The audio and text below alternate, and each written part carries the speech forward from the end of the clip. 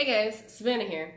The other day I was talking about how a lot of people don't want to get invested with oils because they think it's a new trendy thing to be into right now, and how I covered in the video about how they are actually not a fad and how they've actually been around for thousands of years, to the beginning of recorded history. Well, I have some details for you today. I went through, I have a handy dandy little book.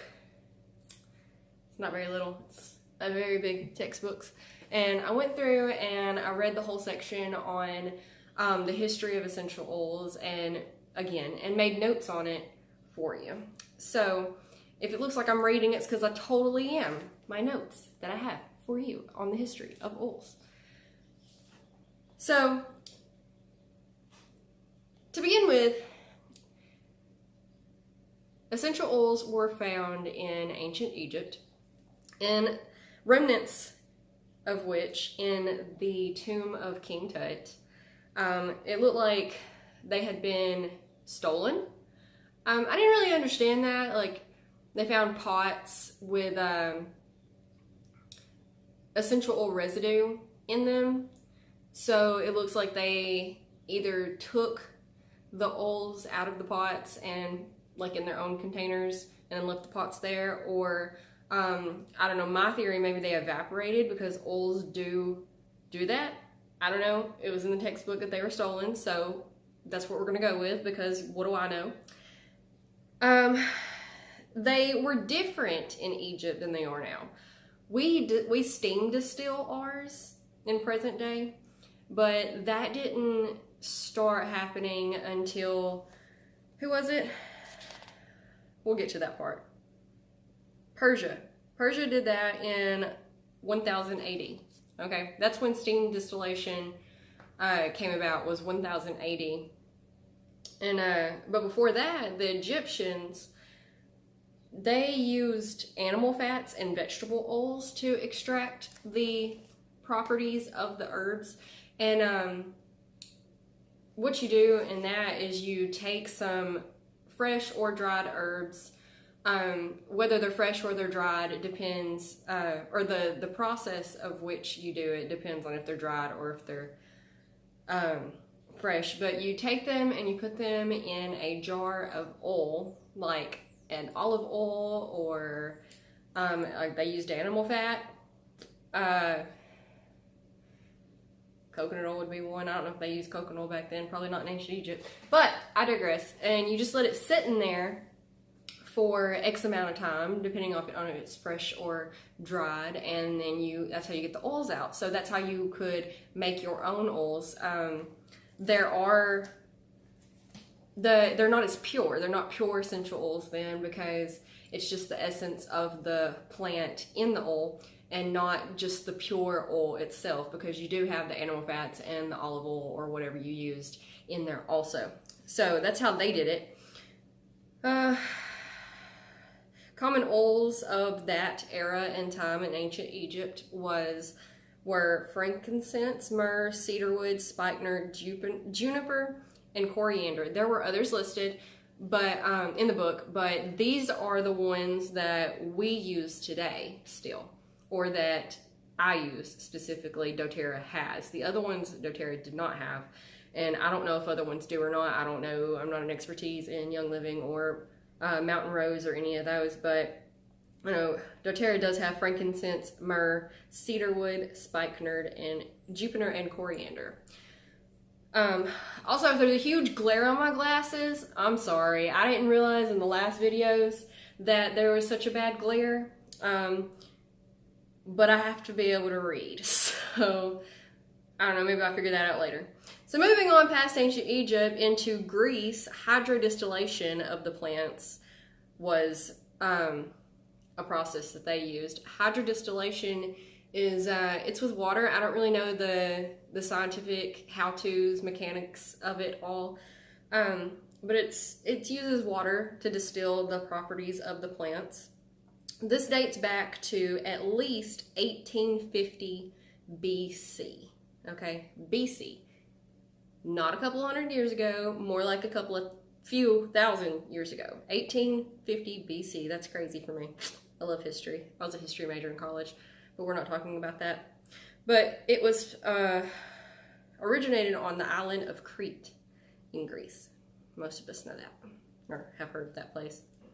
Lavender, rosemary, coriander, and bergamot were the most common herbs, oils used in ancient Greece. Also the ones that we have too. If you're a word person, is it bergamot or bergamot? Okay, because bergamot, it's the French spelling, but it really depends on the origin of the word, of whether you pronounce it bergamot or bergamot. But yeah, side note, let me know if you know, because I think it's bergamot. But anyway, the Greeks believed all aromatic plants to be of divine origin. They used them in everything. Everything. The Romans did too. I didn't cover the Romans in this because if you know the Greeks, you know the Romans. The Romans idolized the Greeks and did everything that the Greeks did and some. So, feel redundant. But the Greeks believed in divine. Yeah, they used them for everything. They used them to coat their walls, to take baths in, to anoint their food, and to and their shampoos and the soaps and the spice, like everything, dude. Everything. If you could put an oil on it, they used it mainly for like their fragrance properties, the smells and stuff. Hippocrates fumigated Athens with aromatics to protect from the plague. And he also suggested that the secret to a long life was daily aroma baths and massages. Definitely something I can get behind, daily massage. Moving on from Greece, in China, yeah. So there's this book that was believed to be written by an emperor that identifies uses for over 300 plants, and this was in 2500 BC. And I'm going to write a blog post that accompanies this, so you'll have it all written down and whatnot, and there's going to be some extra information in the blog post that's not in the video, simply because I can't pronounce a lot of these things and I don't want to butcher it. So,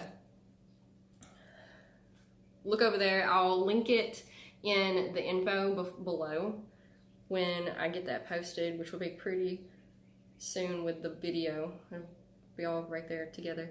But anyway, for extra information on words I can't pronounce in ancient China. Israel is what most people, if you've heard of the history of oils, you're going to recognize them from Israel, because that's where all of our biblical and religious texts come from. So the Bible and the Torah.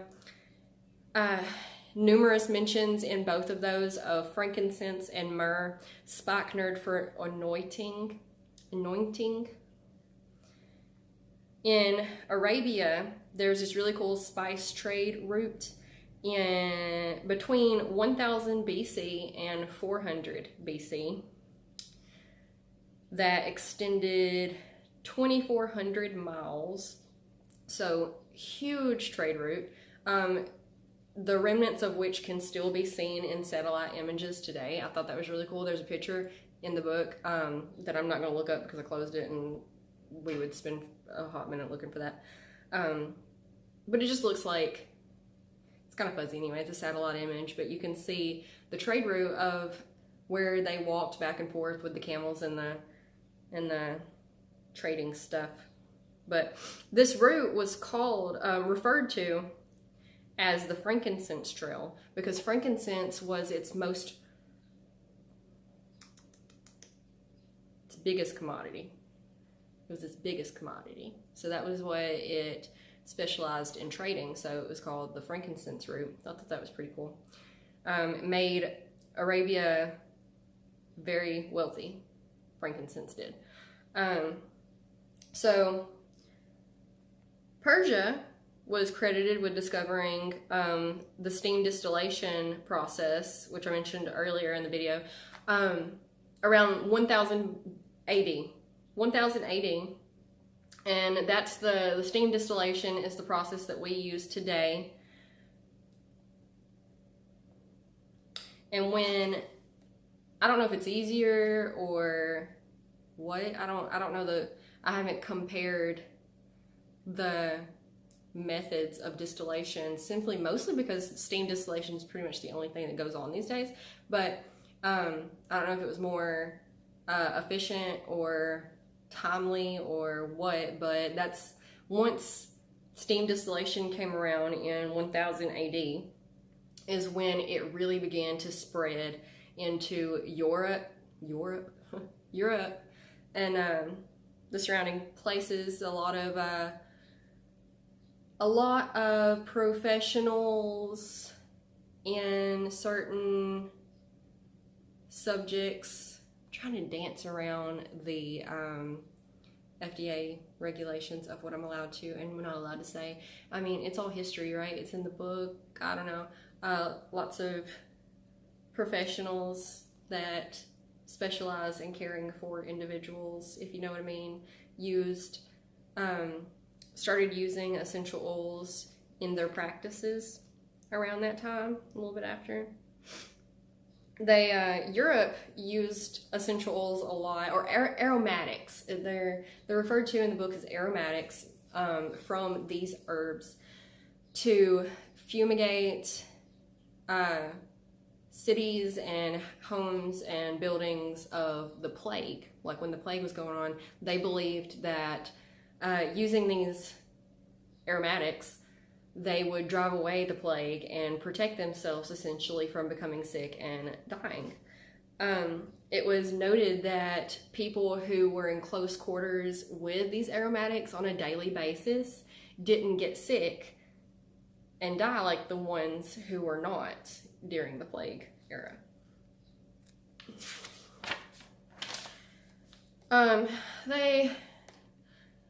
So that was, plague wasn't that long ago, and I didn't get a date, and I don't know.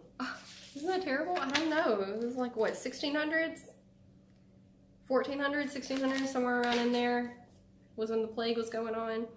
But after that, they kind of fell off a little bit, except for in like a few professional practices, but regained popularity in the mid-18th century for their smells, their aromatics in perfumes, soaps, other scented things, candles, hair care products, and food. So restaurants were beginning to pop up and becoming things around this time, and food industries, and a lot of oils were used in flavoring of these food things.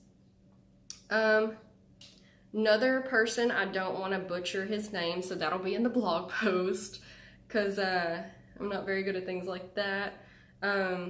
Speaking is not my forte. But he was a French chemist, René Maurice Gattefossé? It'll be in the blog post.